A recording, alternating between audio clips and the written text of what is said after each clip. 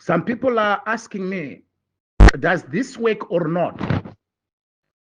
Because as they understand themselves, they believe that our judiciary is compromised, our judiciary is captured, it cannot dispense justice to the people of Zimbabwe. So their major question is this strategy of taking Emmerson Mnangagwa and his government before a constitutional court of the judges who he himself appointed and also extended their terms of office through constitutional amendment number 2, going to work or not?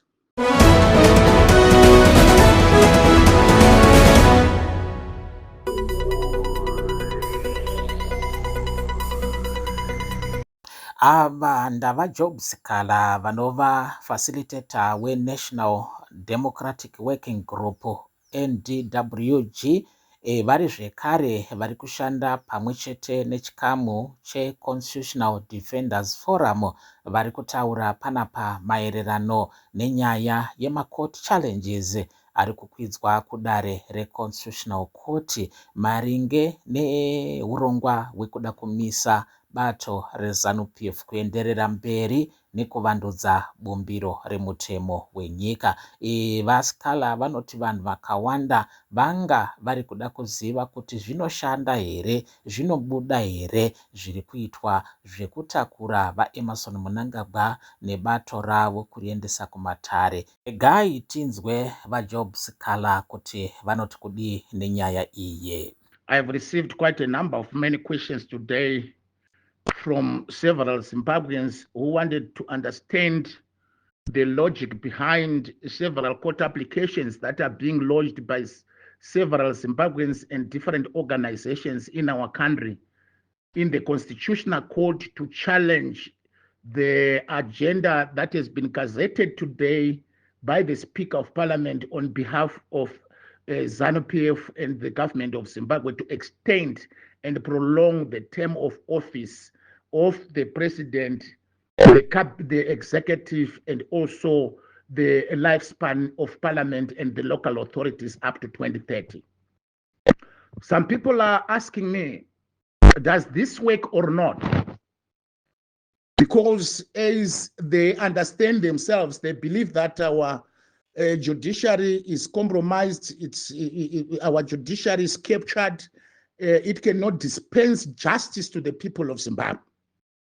So their major question is this strategy of taking Emmerson Mnangagwa and his government before a constitutional court of the judges who he himself appointed and also extended their terms of office through constitutional amendment number 2, going to work or not? Let us share this strategy which is being applied by several Zimbabweans. We have seen that today the war veterans being led by Comrade Gurira have taken the challenge against constitutional amendment to the Constitutional Court in an urgent basis. They have instructed Professor Maduk to be their lawyer and also to see how that matter is going to take place. The issue the people of Zimbabwe must understand is that we all know that it is very difficult for anyone to obtain justice before our courts in Zimbabwe on the basis of the reasons that I earlier mentioned, that the people of Zimbabwe have got a belief that these people are beneficiaries of another amendment which is regarded and viewed by many Zimbabweans as having been unconstitutional through the extension that happened a few years ago in 2022, which later led to the extension of the term of office of the current Chief Justice and also the term of office of all Constitutional Court and Supreme Court judges. What the people of Zimbabwe must know is that we must use all available alternative strategies that are before us. We should use different tactics, different strategies, which we can master for us to be able to deal with the current challenge of the term of extension that is happening in our country. There is a strategy called the saturation doctrine. What is the saturation doctrine? Let me simplify it to you as follows. You still remember there was a 12-day war between Iran and Israel last year. Israel had its strength using its air power, and Iran had its own strength in terms of using its supersonic missiles and also other missiles to counterattack Israel. But Israel, in terms of the air defense system to intercept the Iranian missiles, had what is called the Iron Dome, one of the highly regarded air defense systems in the world. And what did Iran do?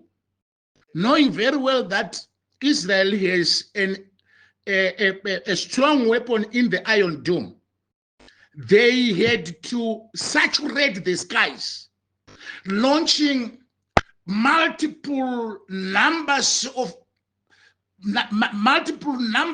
missiles into Israel to make sure that their Iron Domes will intercept some and will miss some. That is what is called the saturation doctrine. You saturate the area of the enemy with different attacks, with different strategies. One of the saturating weapons being used will hit the target. Like exactly what happened.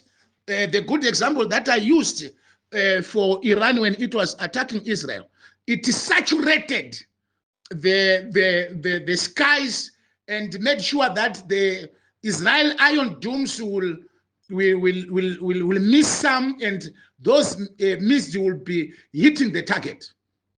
So we must support every effort that is being done by Zimbabweans of good standing to thwart the attempt by the tyrannical and dictatorial regime to extend the term of office. So the saturation strategy is working, and we must urge those people of good standing who are taking the measures for them to make noise against the extension of the terms of office of the president, parliament, and also the executive. So in that I say, let's support all the saturation doctrine, the tactics and the strategies that are being used by Zimbabweans to push and mount pressure to the dictatorship. One of those strategies will hit the target. Whilst we are also doing our own strategies, we will not discourage those people like Comrade Gurira of the war veterans who have taken Emerson Mnangagwa and his government to the Constitutional Court in the urgent basis. We must support every effort to fight back and push back against the imposition of a term of office extension by the current regime.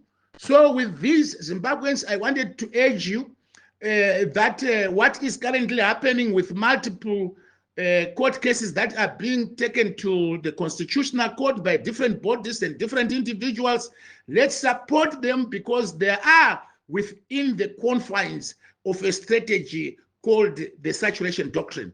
So the saturation doctrine is to bombard the enemy with different strategies and different attacks using its own instruments to make sure that it crumbles at the end of the day.